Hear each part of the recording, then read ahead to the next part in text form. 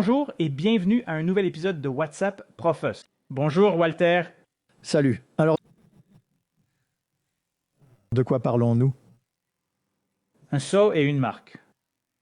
Un seau ou une marque? Oui? Eh bien, ce n'est pas l'un de ces phoques, n'est-ce pas? Non, pas celui-là. D'accord. Maintenant, c'est un seau sérieux. Très bien. Eh bien, commençons. Ouvrons avec une prière. Notre Père céleste, merci de nous bénir et de nous réunir à nouveau. Nous te demandons de bénir cette discussion. Éclaire nos esprits, garde-nous en sécurité et concentrés. Au nom de Jésus. Amen. Amen. Il y a toujours tant de discussions sur le scellement et ce que cela signifie, et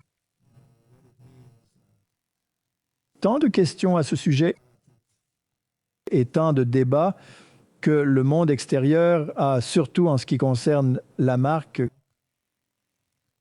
que nous avons pensée. Eh bien, peut-être devrions-nous simplement parler un peu des sceaux et des marques, et ensuite chacun pourra décider par lui-même si c'est biblique ou non. Et à la lumière de ce que vous avez montré ou que vous avez montré dans le précédent WhatsApp Prof également, il y aura un moment où cela deviendra prévalent. Et surtout, Martin, parce que nous sommes, surtout dans notre dernier WhatsApp Prof, nous nous dirigeons vers cette époque où l'Église et l'État se rejoignent.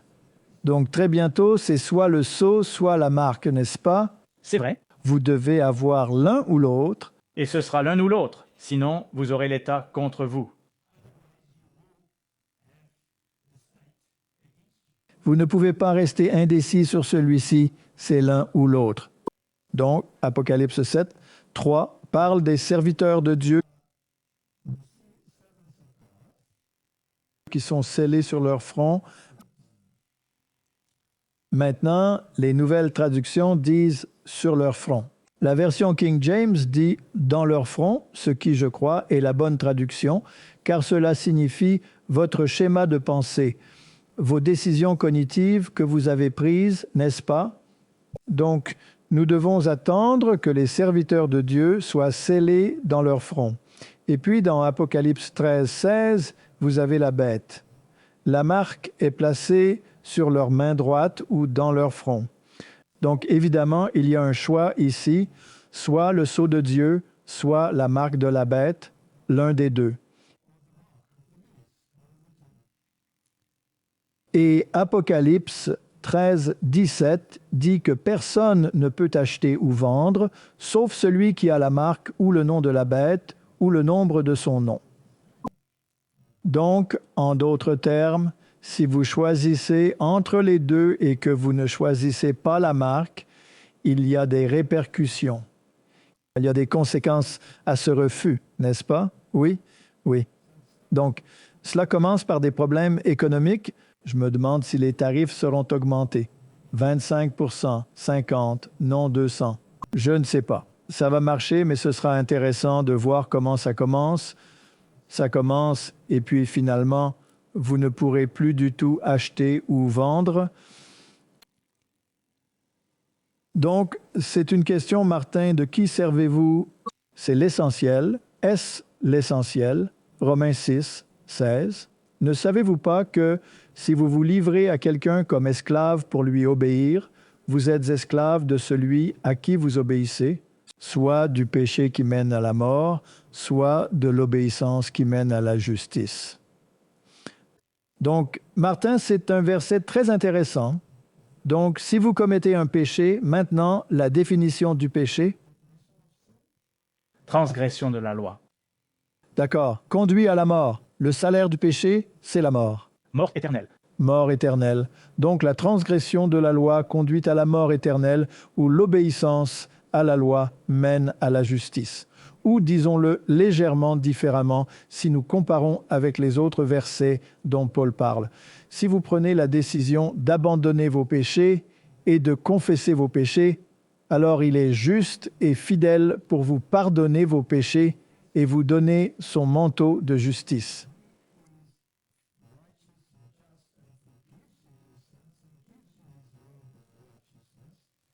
Et une fois que vous avez embrassé cette question, Alors la justification se manifestera par l'obéissance au commandement? Oui.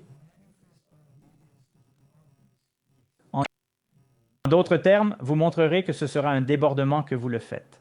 C'est ainsi que vous montrez que vous l'avez incorporé dans la justice. Oui, très bien. Donc maintenant, les églises sont toutes très confuses sur cette question. Parce que pourquoi le diable serait-il expulsé? À cause du péché, et les gens seraient admis avec le péché, alors vous ne feriez que remplacer ce qui a été expulsé en premier lieu, n'est-ce pas? Donc, évidemment, la transgression de la loi qui est le péché doit cesser. Et pas un iota ou un titre ne disparaîtra en aucune façon de la loi. Donc, ces versets de Paul sont souvent déformés pour qu'ils disent le contraire de ce qu'ils devraient dire, car il met l'accent sur la justice par la foi, ne nie pas la loi. Nous débarrassons-nous ainsi de la loi? Non, Dieu nous en garde. Nous soutenons la loi. Et l'établissons. Donc, nous devons savoir ce qu'est un sceau et ce que cela signifie d'avoir une marque. Alors, j'ai pensé que c'était peut-être une bonne idée d'obtenir une source très moderne, quelque chose comme Tonton Google. Alors, demandons à Google. Il y a la page web là-bas. Qu'est-ce que le sceau? Qu'est-ce que c'est? Et j'ai trouvé leur définition plutôt bonne. En fait, j'ai été assez surpris d'obtenir quelque chose de bon de Google. Il dit qu'un sceau d'autorité se réfère à un symbole ou une marque.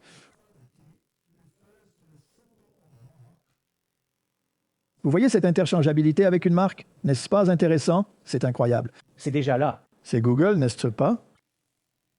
Souvent, un sceau ou un tampon officiel utilisé pour authentifier des documents, signifiant la légitimité et le pouvoir contraignant d'Allah, un décret ou une autre action officielle. J'ai trouvé cela excellent. Oui, parce que cela le relie à une loi.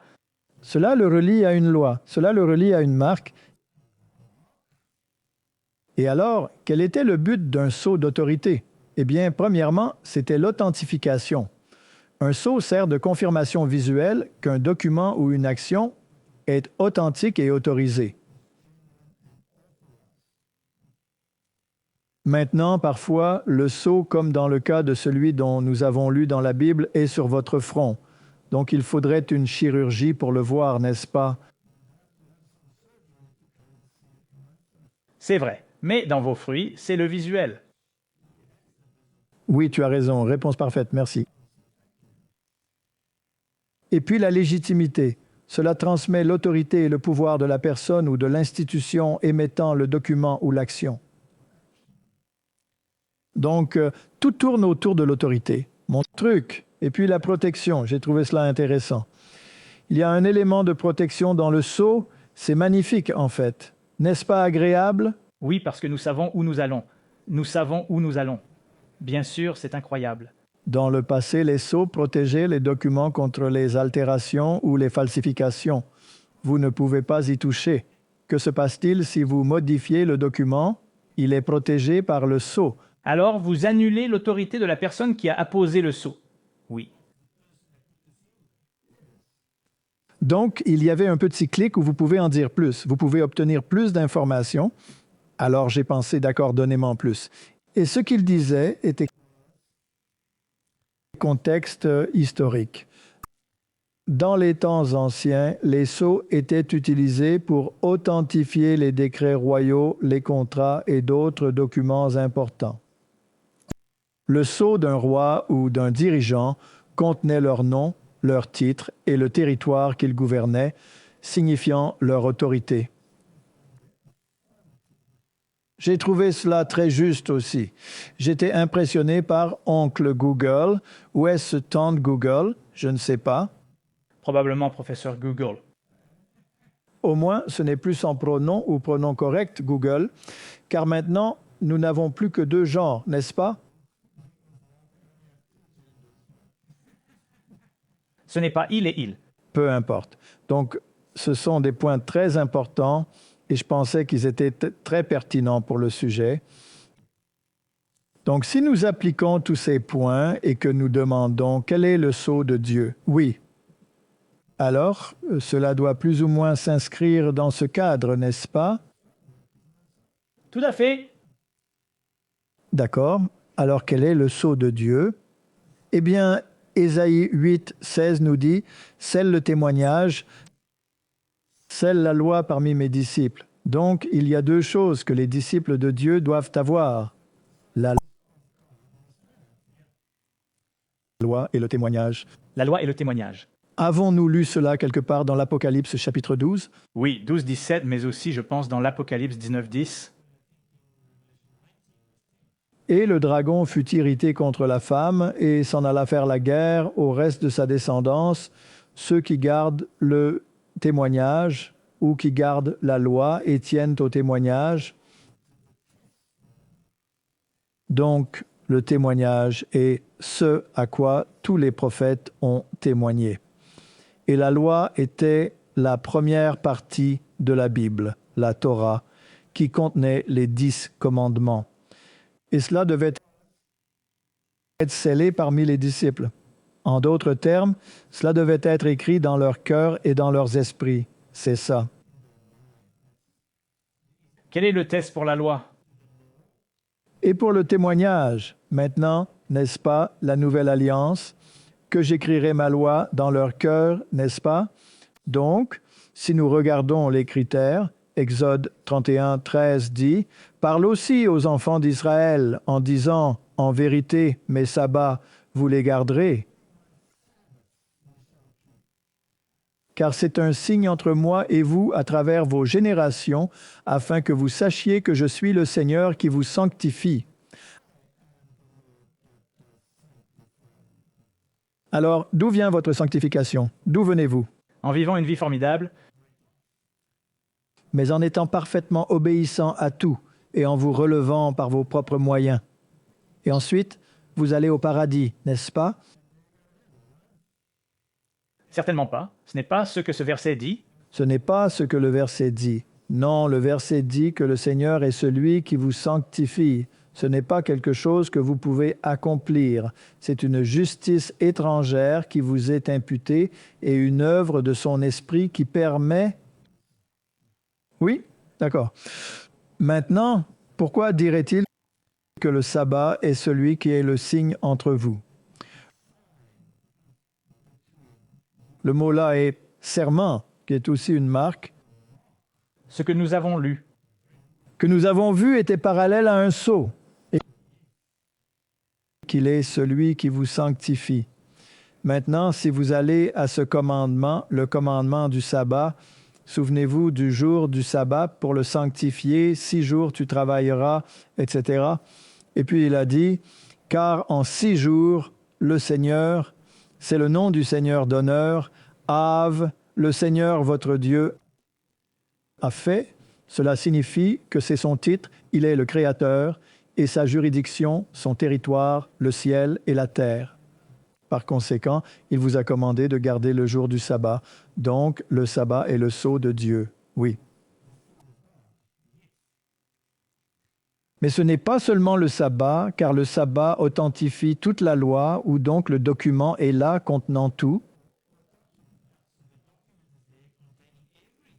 C'est juste le sceau par-dessus. Le sceau d'autorité. Et vous ne jouez pas avec le sceau. Vous ne pouvez rien changer. D'accord. Alors, qu'est-ce que cela scelle? Eh bien, la loi et le témoignage, c'est toute la Bible, mais c'est au cœur des 10 commandements. Donc, c'est aussi au cœur de la loi. C'est en fait un sceau sur les 10 commandements aussi. Maintenant, une fois que ce sceau a été apposé, pouvez-vous le changer? Non, non. Mais que se passe-t-il si un pouvoir arrive et dit « je vais le changer » ? Alors il va devoir faire face à la loi au donneur de ce sceau. Il doit soit le tuer et s'en débarrasser et dire « je suis la nouvelle loi », ou alors il va avoir un conflit d'intérêts. Est-ce correct? Maintenant, le pouvoir de la petite corne n'allait-il pas changer la loi? Oui, il va la changer.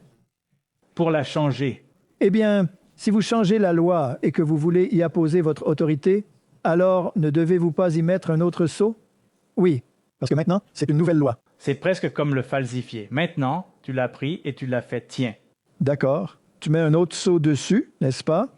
Donc, un gouvernement a des lois stupides. Le gouvernement suivant arrive, annule ces lois, jette toutes les lois de l'administration précédente, rédige de nombreux décrets exécutifs et les change tous. Ensuite, une nouvelle signature doit être apposée et un nouveau tampon d'approbation, un nouveau sceau, n'est-ce pas? C'est comme ça qu'on change une loi. Tu dois défaire ce que le précédent a fait. Mais que se passe-t-il si la loi précédente est si immuable qu'on ne peut en déplacer ni un iota ni un trait? Que faire alors? Alors tu vas avoir des ennuis. Et tu la changes quand même. Que se passe-t-il alors? Alors tu es dans de gros ennuis. Et alors tu es dans de gros ennuis. Mais peut-on dire, selon la définition de Google, que c'est la seule loi qui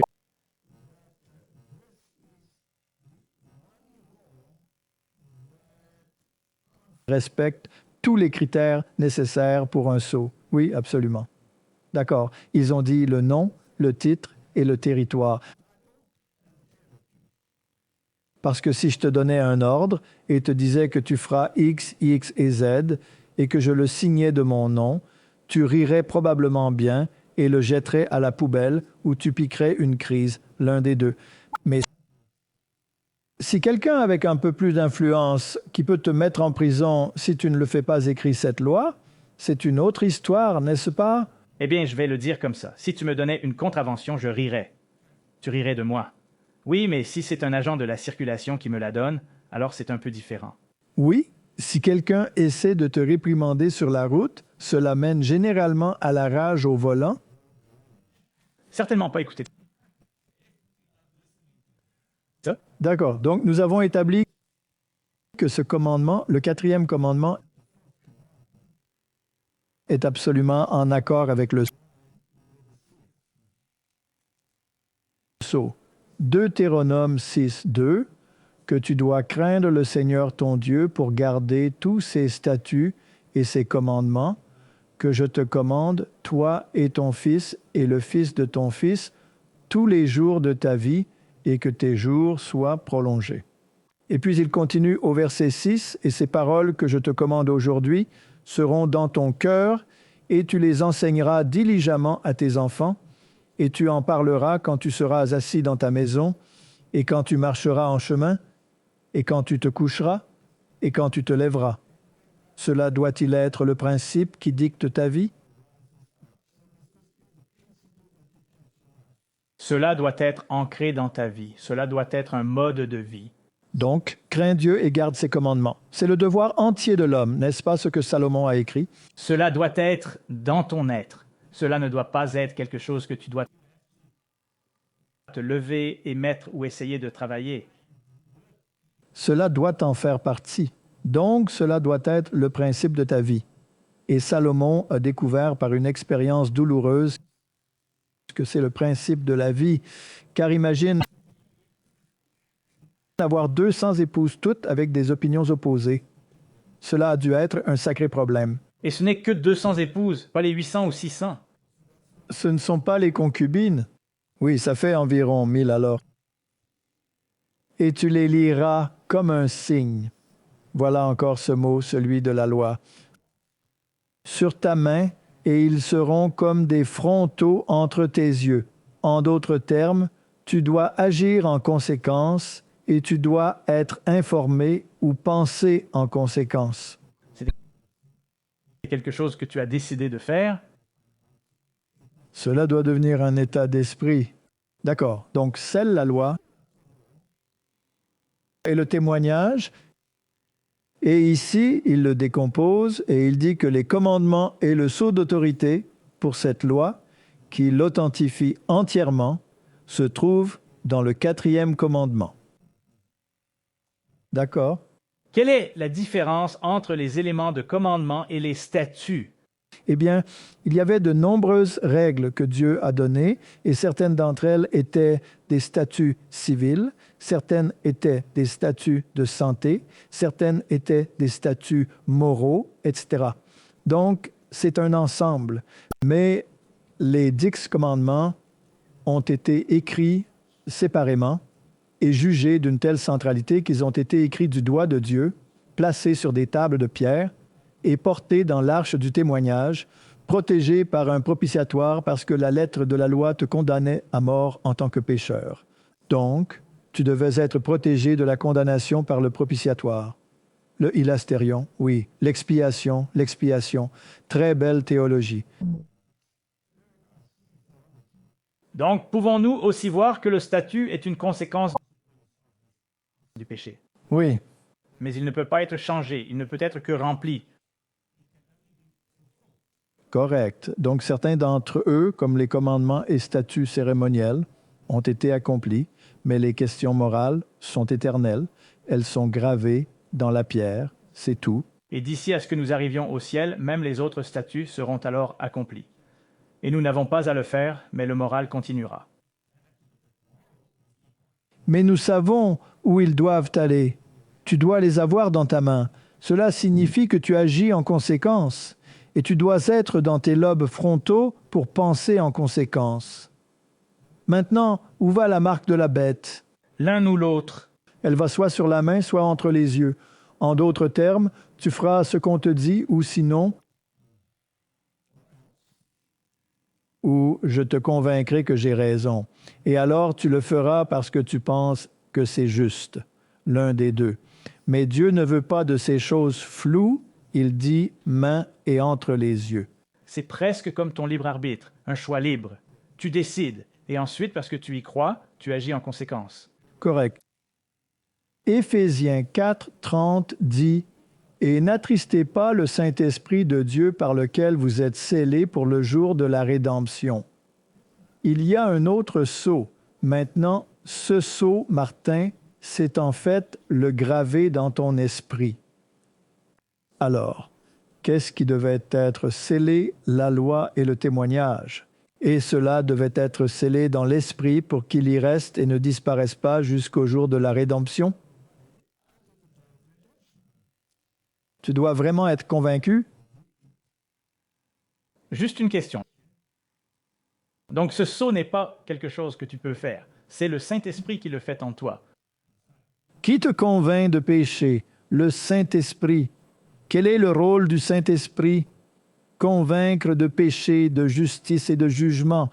Donc d'abord, tu es convaincu de péché. Je suis un transgresseur de la loi. Ensuite, je suis convaincu de justice. Eh bien, qui a la justice? Évidemment, je ne l'ai pas parce que je suis un transgresseur. Christ a la justice. Donc, voilà ma solution à mon problème de péché. Et au jour de la rédemption, le jugement aura été exécuté. Donc, allons à Apocalypse 7, 3, disant « Ne faites pas de mal à la terre, ni à la mer, ni aux arbres, jusqu'à ce que nous ayons scellé les serviteurs de notre Dieu sur leur front. »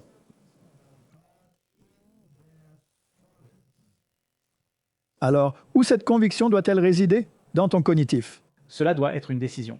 Cela doit être une décision. Martin, est-ce donc un saut physique ou est-ce un saut spirituel? C'est plutôt un saut spirituel. D'accord, donc je n'ai pas besoin de chercher un tampon bancaire ou un code barre sur la tête de quelqu'un ou un tatouage ou même un vaccin ou, eh bien, oui, ou un implant, même s'il est de la taille d'un grain de riz. C'est un scellement spirituel. C'est une décision que tu as prise concernant une autorité et une théologie particulière. Oui. D'accord. Voici une déclaration dans le livre « Événements des derniers jours ».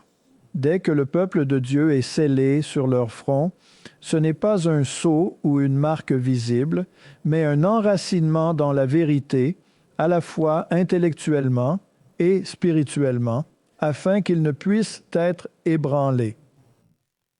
Dès que le peuple de Dieu est scellé et préparé pour le bouleversement, cela viendra. En effet, tout a déjà commencé. Donc, Martin, ce n'est pas un signe physique. Et d'après tous les versets que nous avons lus, il semble assez évident que c'est une question spirituelle et que Dieu, par son Saint-Esprit, impressionne l'esprit d'une manière ou d'une autre. Maintenant, tu veux avoir le sceau de Dieu, n'est-ce pas? Oui. Et tu le veux dans ton esprit et tu veux agir en conséquence. Donc, les statuts et les commandements doivent y être inscrits et ils sont le sceau. Et le sceau authentifie un document, à savoir la loi et le témoignage. Par conséquent, tu ne peux pas y toucher et tu ne peux pas le changer. C'est comme la loi des Mèdes et des Perses. Une fois qu'elle est promulguée, c'est tout. Pas un iota ni un trait de lettre ne disparaîtra de cette loi. Mais cet enracinement dans la vérité est aussi intéressant car tout cet épisode de cette chose spirituelle est basé sur la vérité. C'est basé sur la vérité. Et qu'est-ce que la vérité? La parole est vérité. La loi est vérité et Christ est vérité. Ils sont tous là parce que tu ne peux pas avoir la justice sans Christ. Et tu veux comprendre le problème si tu n'as pas la loi et le témoignage. Donc maintenant que nous avons établi que le sceau de Dieu est un sceau spirituel et non un sceau physique, qu'il incarne l'authentification d'un document, la loi et le témoignage, que particulièrement les exigences de Dieu, les 10 commandements doivent être ancrés dans l'esprit et tu dois agir en conséquence. Alors nous devons nous demander quelles sont les autres marques dans la Bible.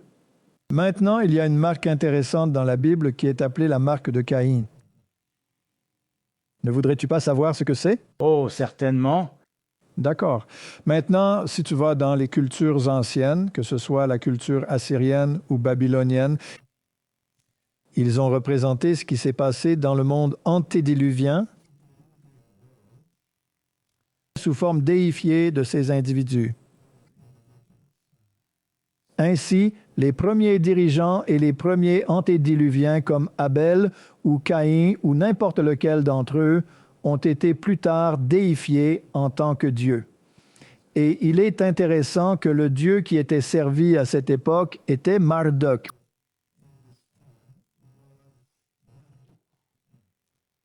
Maintenant, Marduk avait l'autorité pour contrôler le mal. Donc, il était la divinité qui avait l'autorité d'incarcérer ou de punir ou de garder sous contrôle toute forme de mal. Et il a reçu cette autorité d'une autre divinité appelée Anu. Et Marduk avait le signe d'Anu, et il avait une épée, et il avait un trident. Maintenant, les autres divinités, comme Poséidon par exemple, ou Neptune, peu importe comment tu veux l'appeler, avaient aussi des tridents. Et les tridents sont très intéressants car ils avaient normalement des rayons ondulés et droits qui faisaient référence aux aspects masculins et féminins. Nous n'avons pas besoin d'entrer dans tous les détails. L'épée est très importante car elle implique l'autorité et le pouvoir d'imposer ce que tu vas dicter. Et puis tu avais le signe d'Anu maintenant. Le signe d'Anu était ici sur son bras.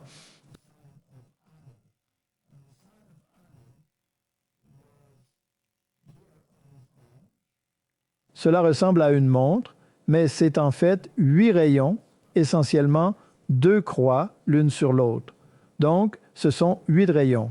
C'était le signe d'Anu ou le signe d'autorité. Si tu pouvais agrandir cette image, tu verrais qu'il y a un anneau autour de l'ourlet avec tous les signes d'Anu dessus, disant qu'il avait l'autorité de régner sur le mal.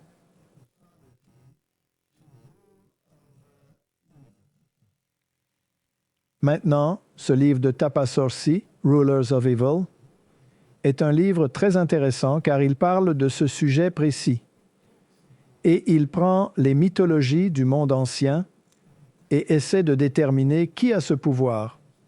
Et tu as des reliefs comme ceux-ci et tu les trouves aussi dans le Capitole au plafond.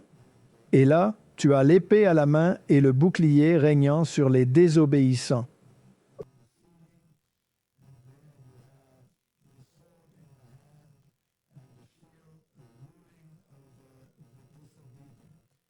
Donc cette autorité pour gouverner. L'épée est-elle généralement entre les mains de l'État?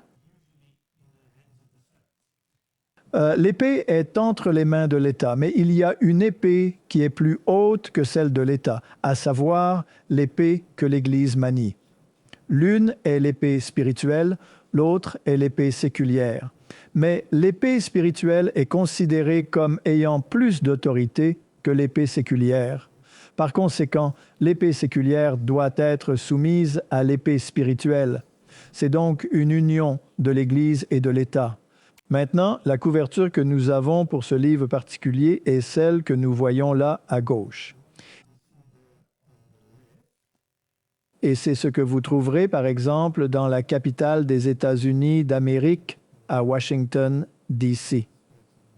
Une autre couverture du même livre dans d'autres éditions montre un prêtre jésuite avec un signe d'Anu dessus, ce qui est très intéressant car Tapasorsi est arrivé à la conclusion que l'épée spirituelle derrière l'épée séculière était causée par un ordre militaire.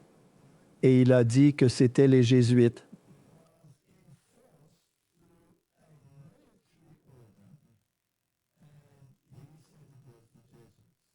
Maintenant, c'est la conclusion à laquelle il est parvenu sur la base de ses recherches.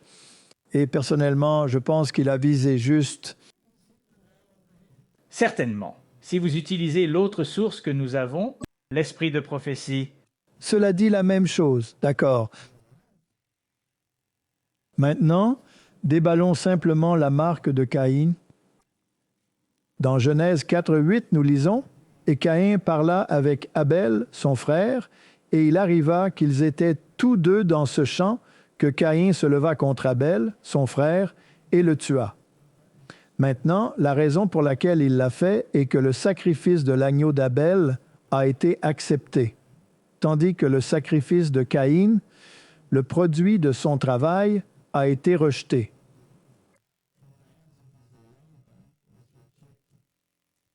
En d'autres termes, ce sont deux plans de salut différents. Oui. L'un est le salut par la foi dans le sang expiatoire de l'agneau, et l'autre est le salut par vos propres œuvres.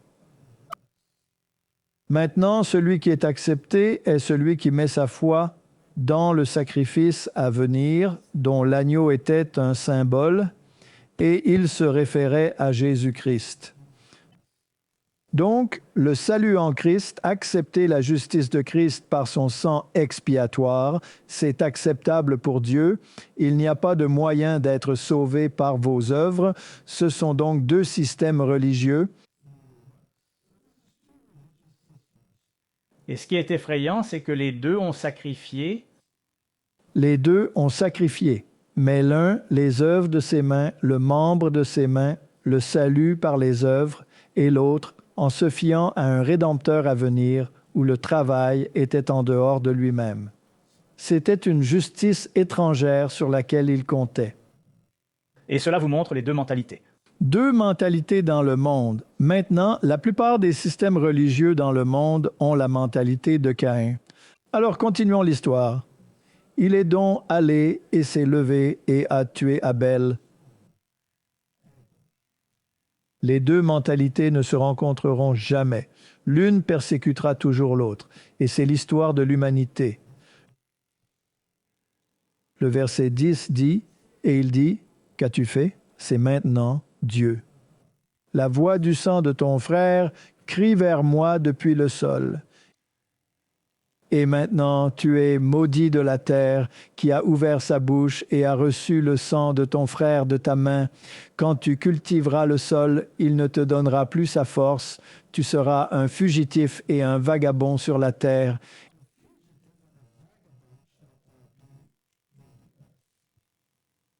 Et Caïn dit au Seigneur, « Mais ma punition est plus grande que je ne peux supporter. Voici, tu m'as chassé aujourd'hui de la face de la terre, et de ta face je serai caché.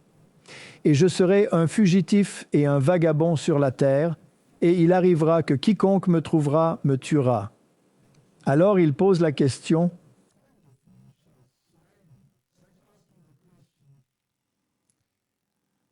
« Comment puis-je empêcher les gens de me tuer? » Eh bien, il y a beaucoup de choses intéressantes ici, Martin. La première chose très intéressante est qu'il est caché de la face de Dieu. Cela signifie-t-il que Caïn devrait toujours être perdu? Eh bien, il pourrait être sauvé s'il acceptait le sacrifice d'Abel. Mais s'il le rejette, alors il est caché de la face de Dieu. C'est un choix, c'est ça. Et comment va-t-il se protéger contre tous ceux qui veulent l'atteindre? Donc, évidemment, il doit obtenir un certain pouvoir ou quelque chose qui lui permettra de se maintenir.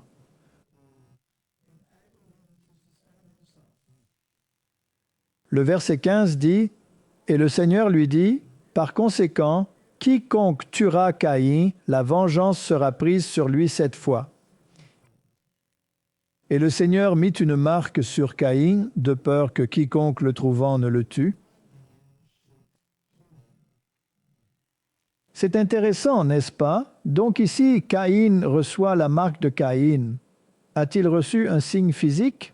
Eh bien, d'après ce que nous avons lu, aucun de ces signes dont nous avons parlé n'était physique. Ils étaient tous spirituels. Ils étaient tous comme l'influence d'un état d'esprit. Donc, quelle marque de Caïn a-t-il reçu? Eh bien, premièrement, nous savons quel était son état d'esprit. Son état d'esprit était « Je serai sauvé par mes œuvres ».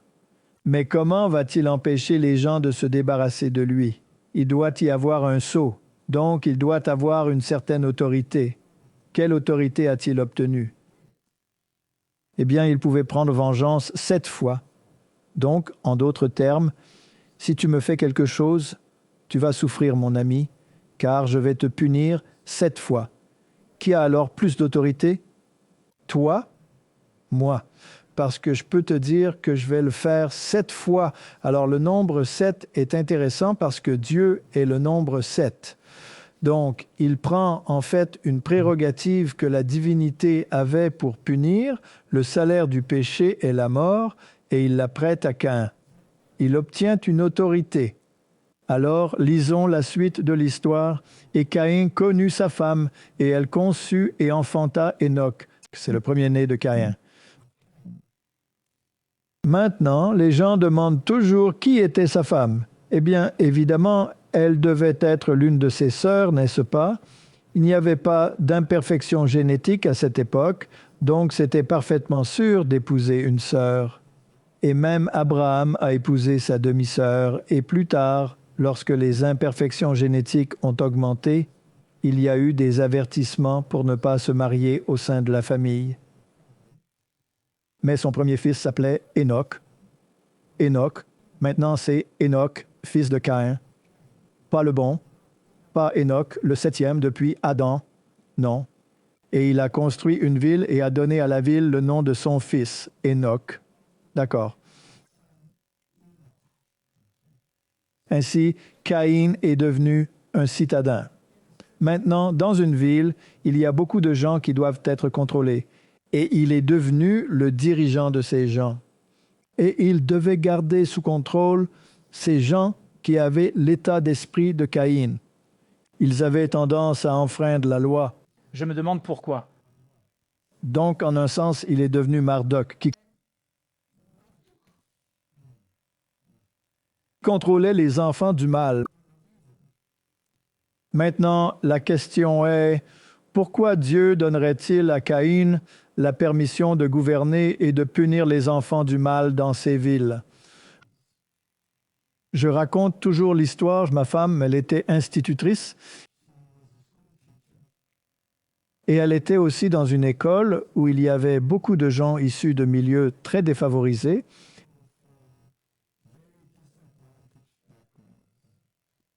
Et comme c'est souvent le cas, ils étaient souvent drogués, violents et faisaient partie de gangs. C'était donc un endroit très dangereux. Et bien sûr, les enfants dans les classes étaient souvent beaucoup plus âgés qu'ils ne devraient l'être parce qu'ils avaient échoué 1, 2, 3, 4 ou 5 fois de suite à cause de leur indiscipline.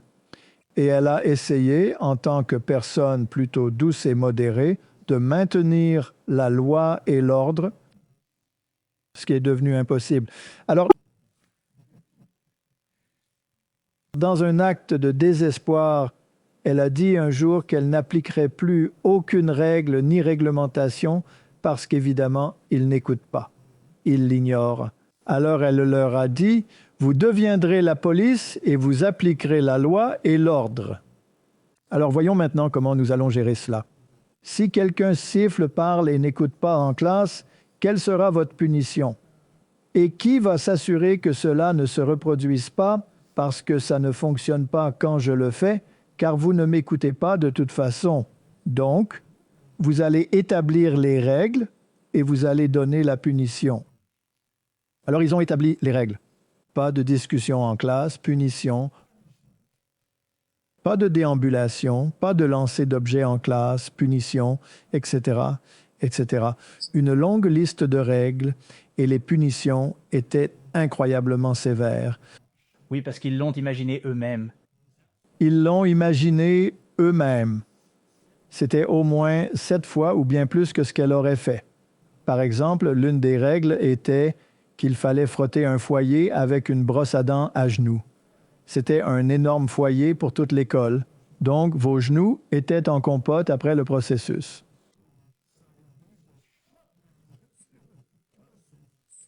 Donc, les règles étaient très strictes, ou combien de fois vous deviez courir autour d'un terrain ou autre chose, et il les appliquait. Donc, elle, ayant perdu l'autorité, il n'allait de toute façon pas écouter, les a fait dirigeants du mal. Et cela a fonctionné parfaitement. D'accord, donc il a construit une ville et l'a nommée d'après son fils Enoch. Et Enoch engendra Irat, et Irat engendra Mehujaïal, et Mehujaïal engendra Méthusaël, et Méthusaël engendra Lamech. Et Lamech prit 2 femmes. Le nom de l'une était Ada, et le nom de l'autre était Zilla. C'est donc la première fois que l'on n'a plus d'une femme.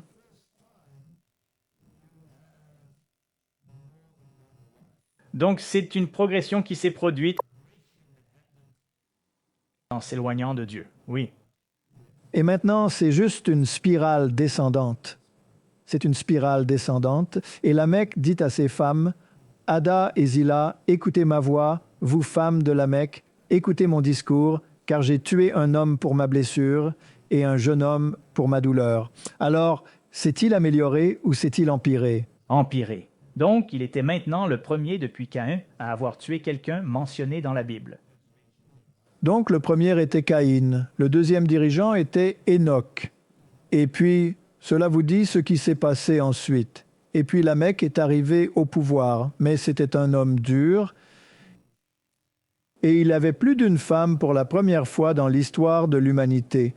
Et il a augmenté la loi en disant, « Si Caïn doit être vengé 7 fois, vraiment Lamech, 70 fois 7. » Maintenant, si vous allez à Genèse 4, 24, ce même verset dans la Bible de Genève, je le lirai comme s'il était écrit en anglais moderne. Il dit « Et Caïn sera vengé 7 fois. » Vraiment, Lamech, 70 fois 7. C'est très intéressant. Je pense que c'est l'intention du verset. Donc, nous devrions le lire. Si Caïn doit être vengé 7 fois, alors Lamech, 70 fois 7.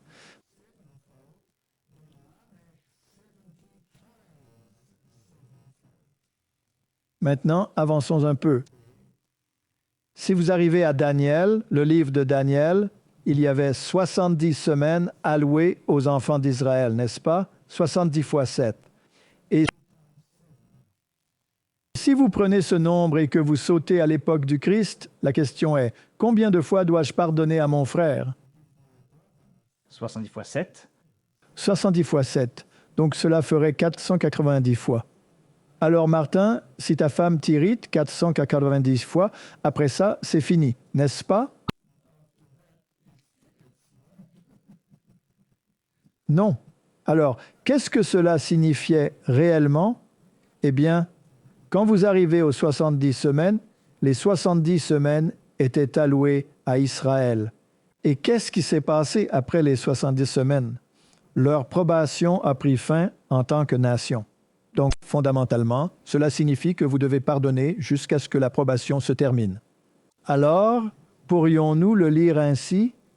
Si Caïn doit être vengé 7 fois, alors Lamech recevra le pouvoir jusqu'à la fin de la probation pour exercer ce pouvoir et contrôler quiconque voudrait interférer avec son règne. Oui, on peut le lire comme ça. Pourrions-nous peut-être le lire ainsi? D'accord, ce serait intéressant. Donc ces gens sont devenus des dirigeants. Maintenant, nous voulons le transposer au temps moderne et nous demander ce qui se passe ici. Alors allons-y, appelons cela la Bible de la franc-maçonnerie. C'est Morals and Dogma d'Albert Pike et il a une déclaration très intéressante à la page 210. Il dit Enoch, son nom signifie en hébreu initié ou initiateur. La légende des colonnes de granit et de bronze érigées par lui est probablement symbolique. Celle de bronze qui a survécu au déluge, ce qui est bien sûr absurde, est censée symboliser les mystères dont la maçonnerie est la légitime successeur. Depuis les temps les plus anciens, le gardien et dépositaire des grandes vérités philosophiques et religieuses inconnues du monde en général, et transmises de génération en génération par un courant ininterrompu de traditions incarnées dans des symboles, des emblèmes et des allégories. Donc, en d'autres termes, la philosophie de la franc-maçonnerie et les traditions, les symboles et les allégories sont transmis depuis l'époque d'Enoch. Quel Enoch? Le fils de Caïn. Le bon ou le fils de Caïn? Assurément, le fils de Caïn. Donc, nous devions comprendre cela. Maintenant, il y a une autre partie dans Morals and Dogma où il donne en fait les âges. Et de là, nous pouvons déduire qu'il ne peut pas s'agir d'Enoch, le bon, car il est venu bien plus tard, mais qu'il s'agit de l'époque d'Enoch, fils de Caïn. C'est donc de là que vient ce pouvoir exercé en coulisses, et il sera exercé jusqu'à la fin des temps. Plus loin dans les écrits maçonniques, nous voyons que Nimrod est celui qui, après le déluge, a perpétué cette philosophie. Évidemment, Cham avait une connaissance complète des mystères. Il avait un cerveau énorme et il n'était pas exactement le plus fidèle des fils de Noé.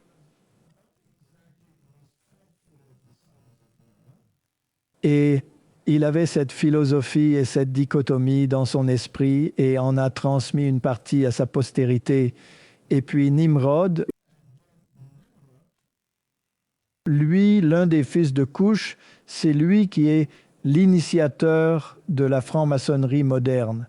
Mais en réalité, c'est la même philosophie qui vient de Caïn. Et ils exerçaient une autorité particulière. Et son nom signifie rebelle.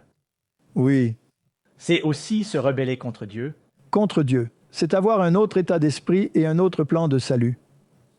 Maintenant, retournons à ces anciens reliefs et voyons si nous pouvons trouver quelque chose. En voici un qui date de 823 à 811 AVC JC. Et c'est le dirigeant Shamashi Hadat, le 5e.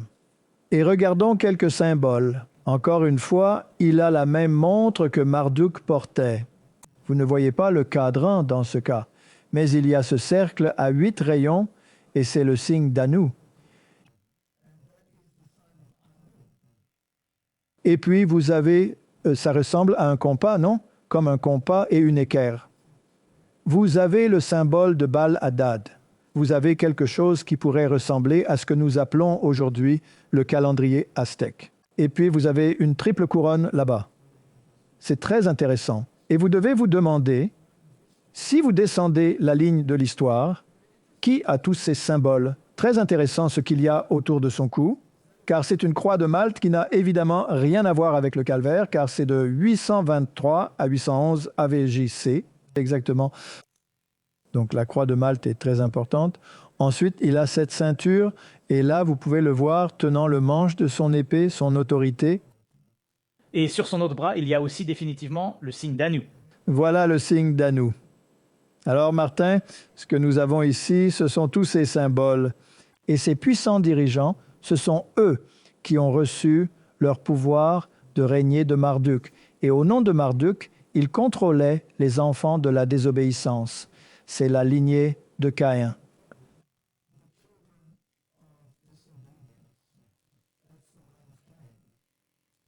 Donc, avec tout cela à l'esprit, continuons vers la marque de la bête.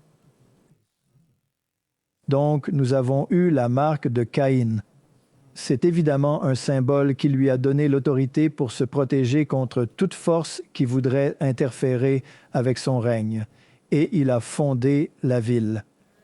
Et les allégories et les symboles qui, selon la maçonnerie, rendent hommage à Lucifer. Et c'est un système de salut par les œuvres. C'est toujours le fondement, comme Caïn. Maintenant, Martin, le plus grand signe d'Anu dans le monde aujourd'hui, vous le trouvez sur la place du Vatican. Le voilà. Il y a les 8 lignes de 2 croix, l'une à l'intérieur de l'autre. C'est donc le signe d'autorité d'Anu. Oui. Donc, Anu est celui qui lui a donné l'autorité.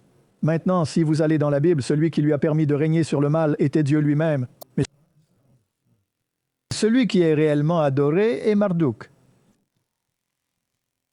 Voici donc le symbole de cette autorité. Alors Martin, quand il a mis Tapasorsi, quand il a mis les jésuites sur la couverture avec le signe d'Anu autour de leur cou, il a dit, eh bien, sont-ils ceux qui dirigent dans les coulisses? C'est ce qu'il a dit. Maintenant, quelle est donc la marque de la bête? Nous savons ce qu'est la marque de Dieu. Alors, quelle est la marque de la bête? Apocalypse 14, 9. Et le 3e ange les suivit, disant d'une voix forte, « Si quelqu'un adore la bête et son image, et reçoit sa marque sur son front ou sur sa main, celui-là sera exposé à la colère de Dieu, n'est-ce pas? Donc, tu n'es pas censé faire ça. Alors, qui est la bête? Juste une question. Évidemment, d'après ce que nous avons discuté maintenant, il est facile de déduire pourquoi il y aura des conséquences s'ils prennent cette marque. Correct, parce que c'est l'opposé du salut. Et c'est prendre le sceau de Dieu, c'est le détruire. Comme nous l'avons mentionné sur Google, il est dit plutôt que si quelqu'un y touche, tu ne peux pas y toucher. Tu vas avoir des ennuis. Donc voici un autre pouvoir qui usurpe le pouvoir. Et cette autorité vient d'une lignée ininterrompue depuis Enoch, fils de Caïn, jusqu'à Cham et Nimrod, qui l'a de nouveau établi dans toute sa plénitude et a décidé de construire une tour de Babel pour que Dieu ne les détruise plus. Or, Dieu avait déjà promis qu'il ne les détruirait pas par l'eau. Donc, ils ont défié la promesse de Dieu à nouveau. Donc, tu ne crois pas aux promesses de Dieu. Tu ne crois pas que le Messie viendrait mettre l'inimitié entre ta descendance et la sienne, etc., etc. Tu ne crois pas au plan de salut. Donc maintenant, cette bête et tous les anciens qui étaient d'accord que cette pièce représentait le catholicisme. Maintenant, je trouve fascinant qu'ils aient le plus grand signe d'Anu dans le monde entier, dans leur établissement clé. Maintenant, allons-y et demandons-leur à l'Église catholique romaine, maintenant, quelle est votre marque d'autorité? Ils ont dit, le dimanche est notre marque d'autorité. L'Église est au-dessus de la Bible. Et ce transfert de l'observance du sabbat en est la preuve. Est-ce une déclaration arrogante? C'est du blasphème. C'est du blasphème, n'est-ce pas? Tu ne peux pas être plus arrogant. Je pense que c'est à peu près ce que Caïn a dit. C'est à peu près la même chose que Caïn. Et ils ont la marque d'Anu. Et Caïn avait la marque d'Anu. Et Nimrod l'a prise. Il a construit une ville. Enoch n'a-t-il pas construit une ville? La même chose? Et Nimrod a construit une ville. Bien sûr. Ces gens aiment les villes, n'est-ce pas? Très bien. Donc, il est au-dessus de la Bible. Donc, il se fait une loi à lui-même disant « Je vais enlever ce sceau qui est dans le commandement du sabbat qui donne l'autorité et je vais y apposer mon propre sceau. » Donc, le dimanche est notre marque d'autorité donnée ce jour par le pape, un tel juridiction ciel. terres. Donc il croit parce qu'il met une triple couronne sur sa tête, tout comme ce roi assyrien l'avait, et cette triple couronne dit « Je suis le souverain du ciel, de la terre et du monde souterrain. » Donc tu es un souverain sur les vivants et les morts. Usurpant complètement l'autorité de Dieu, absolument, et la prenant et y apposant leur sceau. Apposant leur sceau et leur marque dessus. Alors, assurons-nous qu'ils le pensent vraiment. Donc, c'est Ratzinger, le précédent pape, et il a dit « l'UE doit garder le dimanche », dit l'Église catholique. C'était à l'époque de Ratzinger. Et le pape Jean-Paul II, qui a été déclaré saint, a dit « Une personne qui viole la sainteté du dimanche doit être punie comme un hérétique. » Maintenant, Martin, comment déterre les hérétiques? Par la torture et la mort. Donc, je pense qu'ils sont assez sérieux ici, n'est-ce pas? Donc, Martin, cela signifie-t-il qu'ils veulent exercer leur autorité? Oui, certainement. C'est l'épée. Maintenant, Martin, si tu acceptes ce signe ou cette marque de leur autorité, cela signifie-t-il que tu reconnais cette autorité au-dessus de la parole de Dieu? Oui, et c'est une autre autorité parce que l'un dit ceci et l'autre cela. Celui que tu décides de suivre est ce que tu vas faire. D'accord, mais où est censé être le sceau de Dieu? Sur ton front et dans ta main, Et la marque? l'un ou l'autre, Donc l'un ou l'autre. Tu l'assois dans ta main, tu fais ce qu'on te dit, où tu n'y crois pas, mais tu... le fais parce que tu dois. Et l'autre, c'est, d'accord, je suis d'accord avec ça parce que je crois que Jésus a changé la loi. Donc, il a arraché son propre sceau. J'écoute ce que cette autre entité dit. Oui, et je donne mon pouvoir au pape.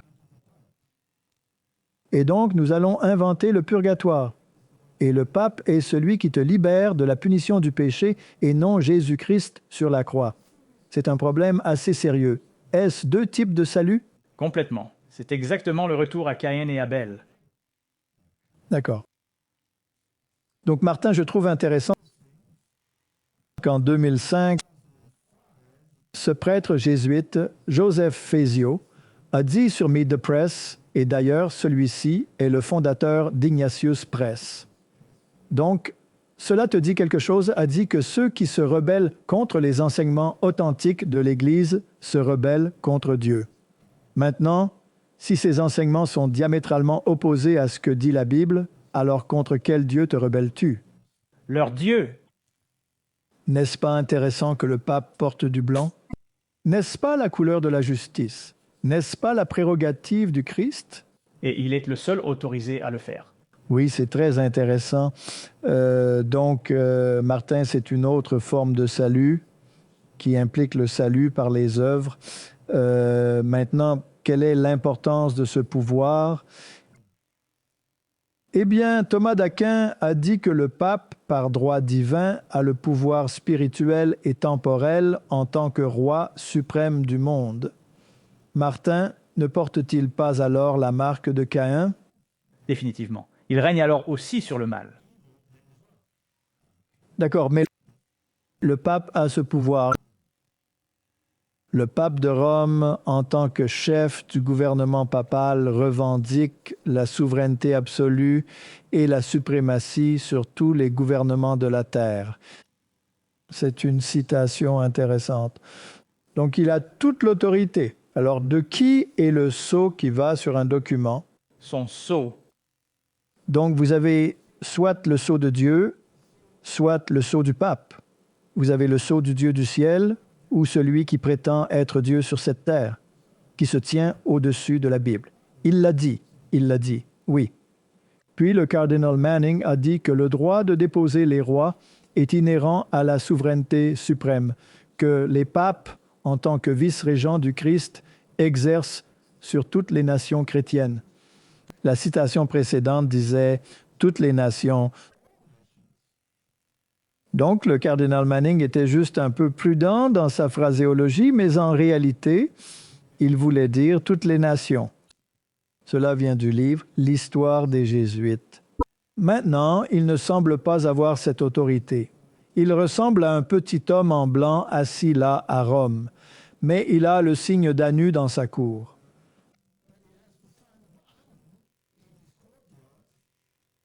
Alors, par qui exerce-t-il cette autorité? Par divers pouvoirs civils, n'est-ce pas? Qui est son principal recours? Eh bien, la Bible nous dit dans Apocalypse 13, 11 qu'il y aura une autre bête, un autre royaume qui surgira de la terre, qui a ce principe semblable à un agneau, mais qui parle aussi comme le dragon. C'est ainsi que la première bête, le catholicisme romain, parlait.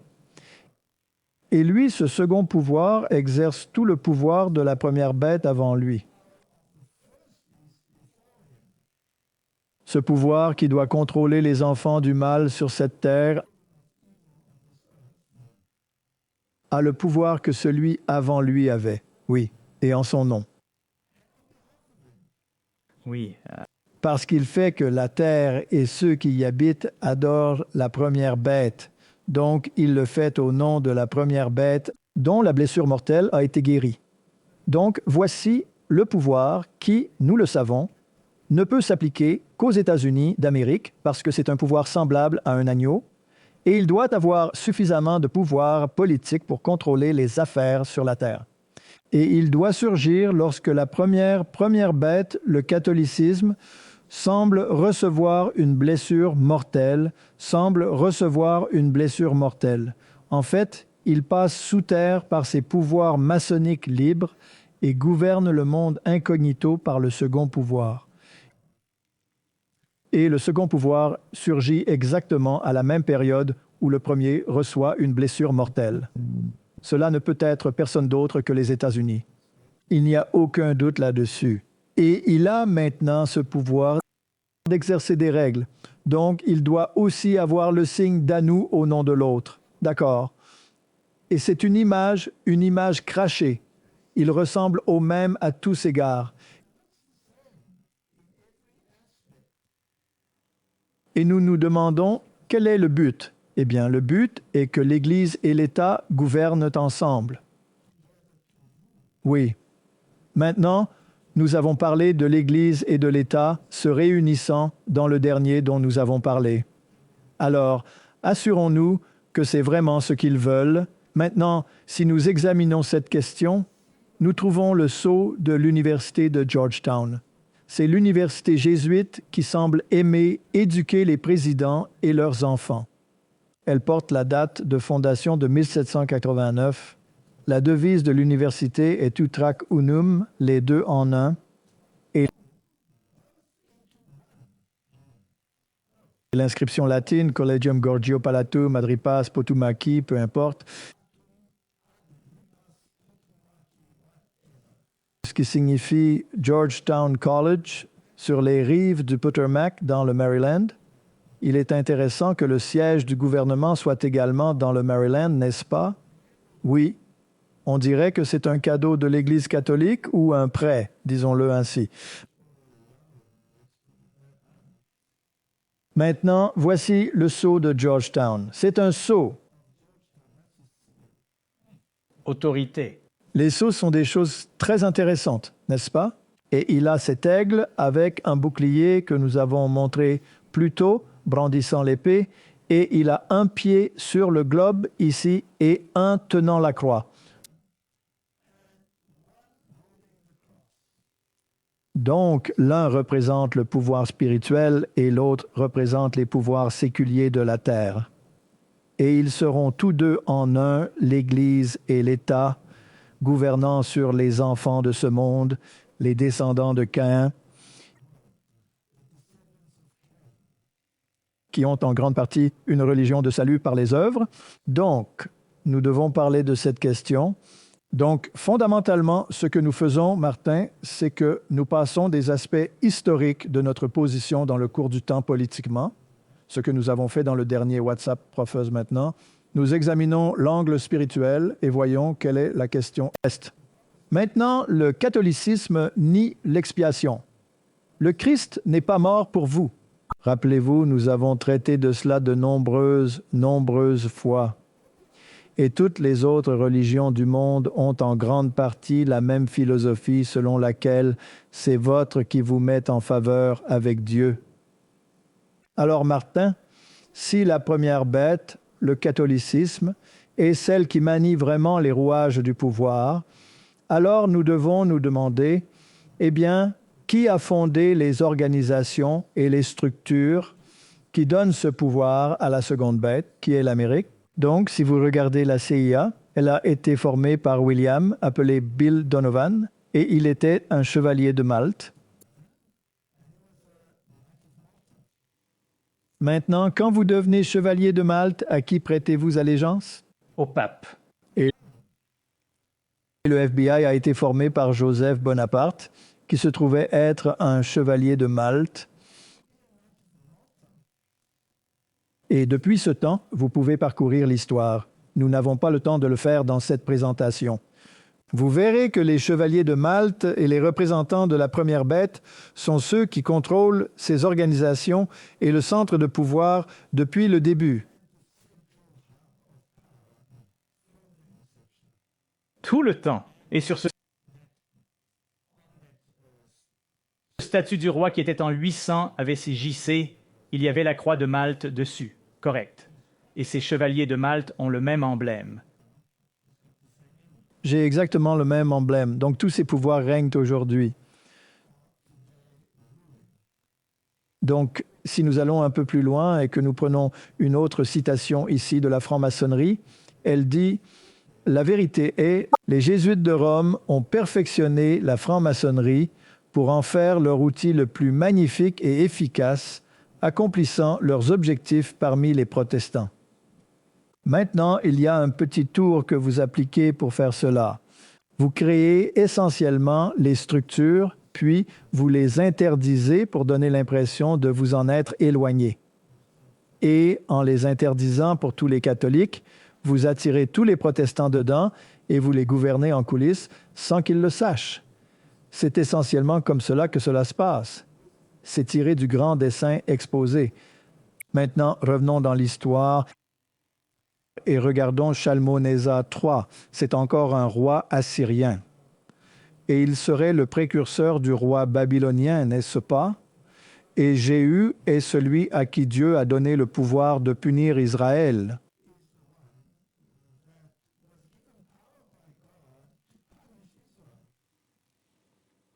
Et Jéhu était roi d'Israël. Roi d'Israël, oui. Il a été oint comme roi d'Israël, Élie devait aller l'oindre. Ainsi, Jéhu allait régner sur les désobéissants et les punir. Mais Jéhu était soumis à Shalmaneser, car sur l'obélisque noir de Shalmaneser, vous avez un relief de Jéhu ici s'inclinant devant Shalmaneser. Donc,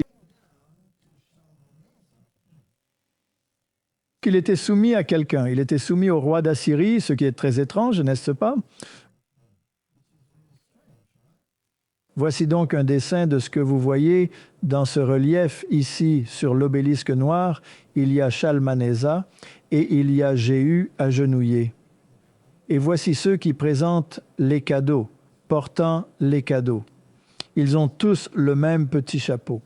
C'est ce qu'on appelle le bonnet phrygien, et c'était un symbole utilisé lors de la Révolution française. Histoire très intéressante.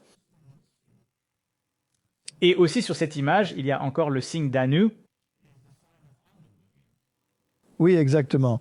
Ici, vous avez le signe d'Anu, ce qui signifie que celui qui le portait était le roi d'Assyrie. Il était essentiellement celui qui avait la marque de Caïn. Il était contre Dieu et contre le peuple de Dieu tout le temps. Et il était celui qui avait le pouvoir de régner sur les enfants du mal. Mais Jéhu lui était soumis. Très intéressant. Oui, donc Dieu a donné à Jéhu l'autorité de régner, mais ensuite il était en Israël. Israël, mais il était sous Salmonessa. Sous lui, oui. Et ils avaient tous ce petit chapeau. Maintenant, si vous aviez ce petit chapeau, alors essentiellement, vous étiez comme un homme libre. Si Si vous êtes soumis à Rome, vous pouvez être un homme libre, ou si vous étiez soumis à Shalmanessa, vous pouvez être un homme libre. Donc vous êtes libre seulement dans la mesure où, selon eux, vous adhérez au bien commun. Exactement. Donc vous avez une totale liberté de choix et de religion tant que vous faites ce qu'on vous dit. C'est à cela que ça se résume. Alors Martin, si nous allons aux États-Unis et que nous regardons leur emblème ou leur sceau, si vous voulez, du Sénat, qui est le plus haut organe de gouvernement, ou que vous regardez le département de l'armée, vous avez le même petit chapeau qui se trouve être ici, le chapeau du dieu Mitra, qui est le dieu soleil. Donc la divinité que vous aviez était en fait Marduk. Il était le dieu soleil. Plus tard, il est devenu à l'époque des Mèdes et des Perses, un Mitra, et il avait le même petit chapeau. Donc c'était juste un changement de nom. Ce ne sont que les noms pour le même Dieu. C'est intéressant, ce chapeau. C'est là au Sénat. Oui, mais vous le voyez aussi dans les dessins animés. Les Schtroumpfs ont un chapeau similaire, oui. Et oui, ce petit... Oui, il a le chapeau. Donc c'est définitivement qu'ils ont un point à faire valoir qu'ils gouvernent. Oui. Et c'est aussi intéressant, Martin, qu'ici, il y a un symbole très similaire à celui que vous aviez sur celui des Jésuites, sauf qu'il dit ici de plusieurs un. Oh, sur le Georgetown, de deux, un, des deux, des dirigeants de la terre et de l'Église régnant sur eux.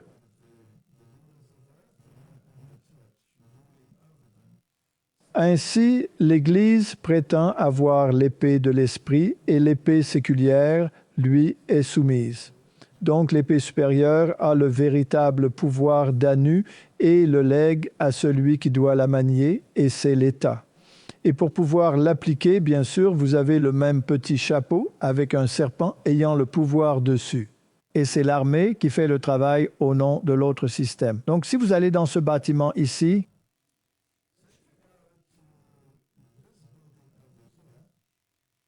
qui est le site du Rite écossais de la franc-maçonnerie. C'est très proche des autres bâtiments à Washington où les dirigeants se réunissent. C'est là que les vraies décisions sont probablement prises dans les salles du temple maçonnique du 33e degré du Rite écossais. Et quand vous y entrez, vous trouverez non seulement le symbole ici de Shamash, le dieu soleil, mais vous aurez aussi sur la porte le signe d'Anu, dirigeant du mal comme juré par Shamash et Marduk. Que fait-il là, Martin?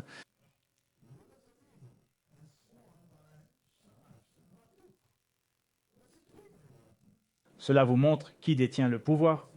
Qui détient le pouvoir? Mais le véritable pouvoir réside à Rome parce que c'est là que se trouve le plus grand, n'est-ce pas? Maintenant, si vous allez à la Cour suprême des États-Unis, Martin, et que vous regardez contre le mur là-bas, que voyez-vous? Le signe d'Anu. C'est le signe d'Anu. Donc ces gens sont ceux qui ont l'autorité et le pouvoir. N'est-ce pas intéressant? C'est incroyable. N'avez-vous pas aussi montré que Nimrod et la tour de Babel, lorsque Dieu a confondu les langues, n'ont-ils pas utilisé, n'est-ce pas quelque part qu'il est dit qu'ils utilisent des signes comme un langage? Des signes et des symboles comme un langage. Donc ici, si vous connaissez les signes et comprenez le langage, vous savez exactement ce qu'il dit. Différentes cultures du monde entier, si elles connaissent cela, elles savent exactement ce qui est dit ici. D'accord. Alors maintenant, si vous prenez le gouvernement actuel des États-Unis d'Amérique, et nous en avons parlé dans le dernier épisode à propos de l'âge d'or, tout ce qui va se passer là-bas, beaucoup d'entre eux, que ce soit Vance ou Rubio, peu importe, ils n'hésitaient pas à apparaître avec ces signes sur leur front qui semblent indiquer leur allégeance à la première bête. Oui, parce que c'est seulement la première pièce qui émet ce temps d'Ashwender, donc ils disaient qu'ils sont des émissaires. Presque des ambassadeurs. De la première pièce, est-ce correct? C'est correct. Est-ce ce que la Bible dit qu'ils seront? Nous devons avoir le sceau de Dieu dans notre voix et dans nos mains. Et ce n'est pas censé être un signe physique que vous portez, car cela revient à dire, parce que je viens de faire par mes œuvres, que je montre que je suis aligné avec une justice qui vient du système plutôt que de Christ. Cela montre aussi quelle autorité vous acceptez. Exactement. Donc lorsque l'Église et l'État se réunissent dans un seul, ce qui est fondamentalement contre la Constitution des États-Unis, qui sépare l'Église et l'État, que le chef actuel du Congrès dit être basé sur une mauvaise histoire, vous répudiez en fait la Constitution. Donc, nous lisons dans Témoignages pour l'Église, volume 5, notre pays répudiera chaque principe de sa Constitution en tant que gouvernement protestant et républicain et fera des provisions pour la propagation des faussetés papales. Les voyons-nous? Vous pouvez le voir sur le front. Et les illusions. Alors nous pouvons savoir que le temps est venu pour le travail merveilleux de Satan et que la fin est proche. Martin, c'est l'écriture sur le mur. Certainement. Mais tout le monde ne saura pas ce que cette écriture dit. Exactement. Pas même les dirigeants. Parce que nous lisons aussi dans une autre déclaration, il n'y a pas beaucoup, même parmi les éducateurs et les hommes d'État, qui comprennent les causes qui sous-tendent l'état actuel de la société. Ceux qui tiennent les rênes du gouvernement ne sont pas capables de résoudre le problème de la corruption morale, de la pauvreté, du paupérisme et de l'augmentation de la criminalité. Donc, nous avons tous ces cartels et nous avons tous ces mouvements et ils essaient de briser celui-ci et de casser celui-là. Mais il semble que les choses ne font qu'empirer. Vous avez la crise du fentanyl et tout cela. Maintenant, il y a un espoir pour une ère dorée et cette euphorie, mais voyons. Ils luttent en vain pour placer les opérations commerciales sur une base plus sécurisée. Diriez-vous que le monde est actuellement en pleine tourmente économique? Eh bien, j'espère que tout le monde peut le voir. Si les hommes prêtaient plus attention à l'enseignement de la parole de Dieu, ils trouveraient la solution aux problèmes qui les perplexent. Mais ils ne le font pas. Ils ne trouvent pas la solution parce qu'ils ne la cherchent pas là. Ils la cherchent dans le pouvoir d'Anou, dans la marque de Caïn. Alors nous disons aussi qu'il y aura un chaos économique. Et puis le grand trompeur persuadera les hommes que ceux qui servent Dieu causent les maux. Il y aura des tornades, il y aura des catastrophes, il y aura plus de drogues qui entreront, il y aura toutes sortes de chaos économiques. Et la classe qui a provoqué le mécontentement du ciel imputera tous ces problèmes à ceux dont l'obéissance au commandement de Dieu est un reproche perpétuel aux transgresseurs. Il sera déclaré que les hommes offensent Dieu par la violation du sabbat du dimanche, que ce péché a apporté des calamités qui ne cesseront pas tant que l'observance du dimanche ne sera pas strictement appliquée et que ceux qui présentent les revendications du 4e commandement qui incarnent le sceau de Dieu, comme nous l'avons vu dans les Écritures, ainsi, détruire la révérence pour le dimanche sont des perturbateurs du peuple, empêchant leur restauration à la faveur divine et à la prospérité temporelle. Martin, si tu veux aller vers cet âge d'or, tu dois remettre les gens en ligne et obéissant au système. Et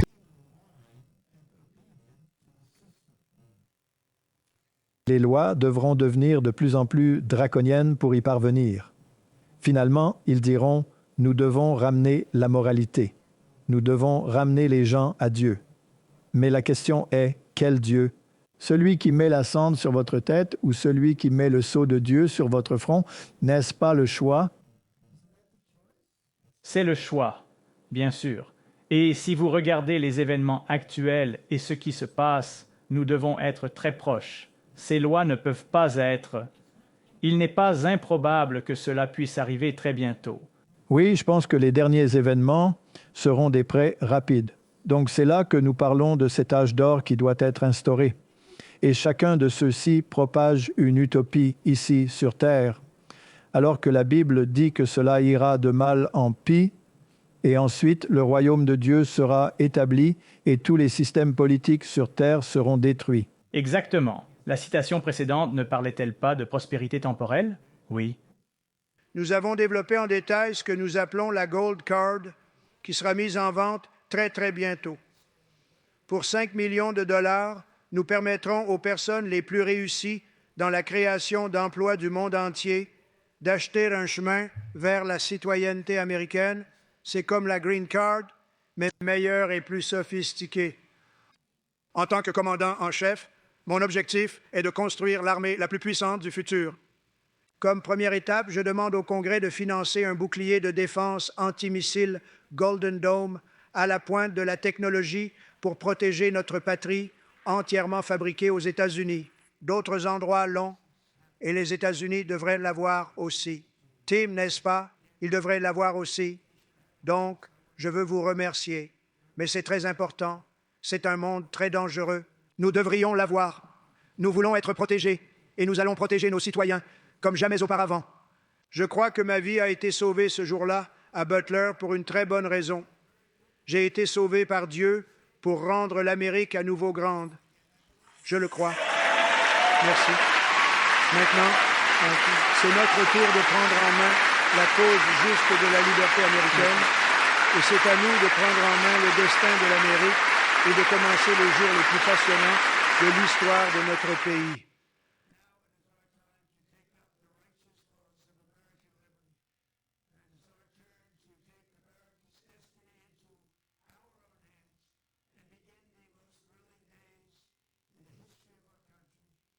Ce sera notre plus grande époque avec l'aide de Dieu. Au cours des 4 prochaines années, nous allons élever cette nation encore plus haut et nous allons forger la civilisation la plus libre, la plus avancée, la plus dynamique et la plus dominante qui ait jamais existé sur la face de cette terre. Nous allons créer la meilleure qualité de vie, construire les communautés les plus sûres, les plus riches, les plus saines et les plus vitales du monde entier. Nous allons conquérir les vastes frontières de la science et nous allons mener l'humanité dans l'espace et planter le drapeau américain sur la planète Mars et même bien au-delà. Mes chers Américains, préparez-vous pour un avenir incroyable car l'âge d'or de l'Amérique ne fait que commencer. Ce sera comme rien de ce qui a jamais été vu auparavant.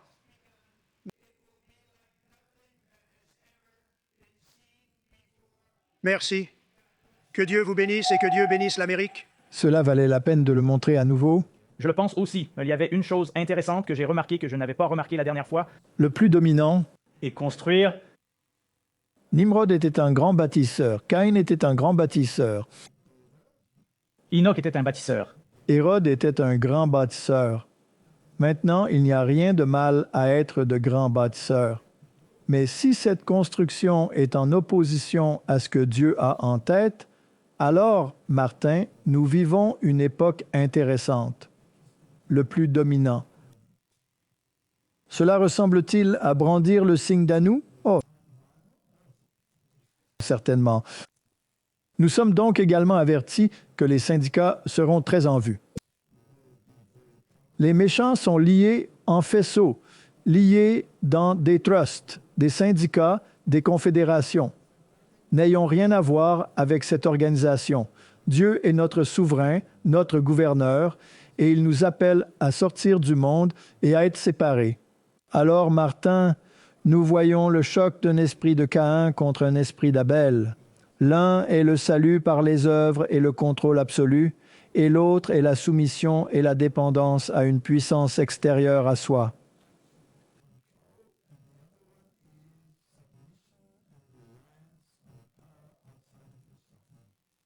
Les deux sont des mentalités très différentes en effet. Alors quand ces maux qui se produiront sur la terre, car cela ne sera pas si facile à réaliser comme ils le prétendent, vous verrez que la classe même, les dirigeants qui ont enseigné que la loi de Dieu n'est pas contraignante, avancent l'affirmation que la corruption qui se répand rapidement est attribuée à la profanation du soi-disant sabbat chrétien et que l'application de l'observance du dimanche améliorerait grandement la moralité de la société. C'est la prochaine étape. Cette affirmation est particulièrement urgente en Amérique, où la doctrine du véritable sabbat a été la plus largement prêchée. Déclaration très intéressante. Je regarde avec intérêt vers l'avenir pour voir quand cette étape morale sera franchie. Et qui cela viendra-t-il? Qui exigera cette observance du dimanche? Eh bien, selon la grande controverse, la corruption politique détruit l'amour de la justice et le respect de la vérité. Déterre-t-il beaucoup de corruption? Doge. Vous avez raison, et même dans l'Amérique libre, les dirigeants et les législateurs, afin de s'assurer la faveur du public, céderont à la demande populaire d'une loi imposant l'observance du dimanche.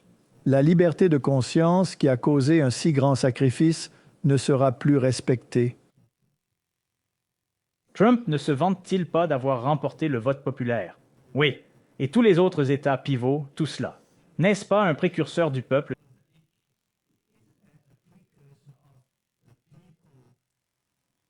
disant ce qu'ils veulent?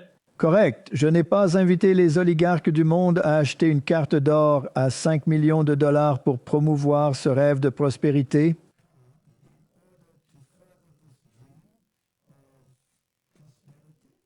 De même, vous imposerez des tarifs si vous ne le construisez pas en Amérique? Et c'est pourquoi tout le monde, vous pouvez venir et le faire là-bas? Vous pouvez le faire là-bas? C'est un pays doré. Mais que dit la Bible, Martin? Elle dit, « Allez maintenant, vous les riches, pleurez et hurlez pour vos misères qui viendront sur vous. Vos richesses sont corrompues et vos vêtements sont rongés par les mythes. Votre or et votre argent sont rouillés, et leur rouille sera un témoignage contre vous et dévorera votre chair comme un feu. Vous avez amassé des trésors pour les derniers jours. » Alors, beaucoup de ces prêtres philanthropes milliardaires, combien de cela parvient aux pauvres? Ils s'en moquent. Et puis, nous aurons l'influence du spiritualisme en même temps. Ainsi, à mesure que le spiritualisme imite de plus près le christianisme nominal de nos jours, il a un plus grand pouvoir de tromper et de piéger. C'est le feu qui descend du ciel, de fausses effusions. Satan lui-même est converti selon l'ordre moderne des choses. Il apparaîtra sous le caractère d'un ange de lumière par l'agence du spiritualisme. Des miracles seront accomplis, les malades seront guéris, et de nombreuses merveilles indéniables seront réalisées. Et comme les esprits professeront la foi dans la Bible et manifesteront du respect pour les institutions de l'Église, quelle Église? Rome? Leur travail sera accepté comme une manifestation de la puissance divine. Donc tout cela mélangé ensemble est ce à quoi nous pouvons nous attendre dans ces derniers jours. Et puis nous aurons un temps de détresse tel qu'il n'y en a jamais eu depuis qu'il y a une nation, même jusqu'à ce moment-là. Et la bonne nouvelle est qu'à ce moment-là, votre peuple sera délivré. Chacun est trouvé écrit dans le livre. Martin, à quel point sommes-nous proches? Eh bien, je crois très proche. Apocalypse 20, 4 nous dit « Et je vis des trônes. Et ceux qui étaient assis sur eux, et le jugement leur fut donné, et je vis les âmes de ceux qui avaient été décapités pour le témoignage de Jésus et pour la parole de Dieu, et qui n'avaient pas adoré la bête, ni son image, ni reçu sa marque sur leur front ou dans leurs mains, et ils vécurent et régnèrent avec Christ 1000 ans. » Donc même s'ils sont les outsiders ici, en Christ, ils auront la victoire. Ils auront la victoire sur la bête, et ils auront la victoire sur l'image. Donc, ces deux images ici, cette bête conglomérée avec tous les éléments de Babylone, de Mède-Perse, de Grèce et de Rome en elle, et le signe d'Anu qui a été transmis.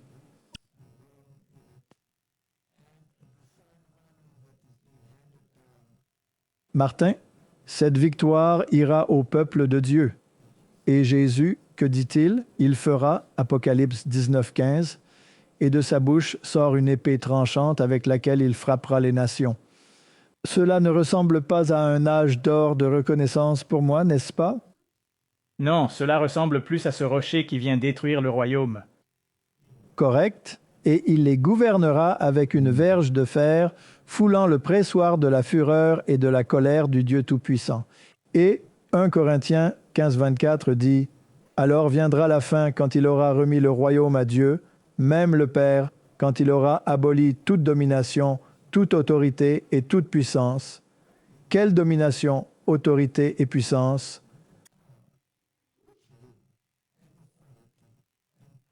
Ceux qui règnent avec le signe d'Anu et qui étaient la lignée de Caïn. Martin? Les dirigeants du mal. Nous sommes dans les scènes finales de l'histoire de la Terre et nous pouvons nous attendre à des événements très fascinants dans un avenir proche. Le sceau ou la marque, quel est votre choix? Définitivement le sceau. Prions. Père Céleste, nous prions ardemment pour que nous soyons dans la position favorable d'être habilités par le Dieu du ciel à accepter le sceau du Dieu Tout-Puissant. Sceller la loi et le témoignage. Et ce sceau d'autorité au cœur de la loi, avec votre nom, votre titre et votre juridiction, ne peut être déplacé. Même si l'autre disait qu'il se tient au-dessus de la Bible et a le pouvoir de le faire, et que nous devons nous incliner devant l'enseignement authentique de l'Église et observer la marque de la bête, sinon être désignés comme hérétiques. Puissions-nous faire le bon choix au nom de Jésus. Amen. Amen.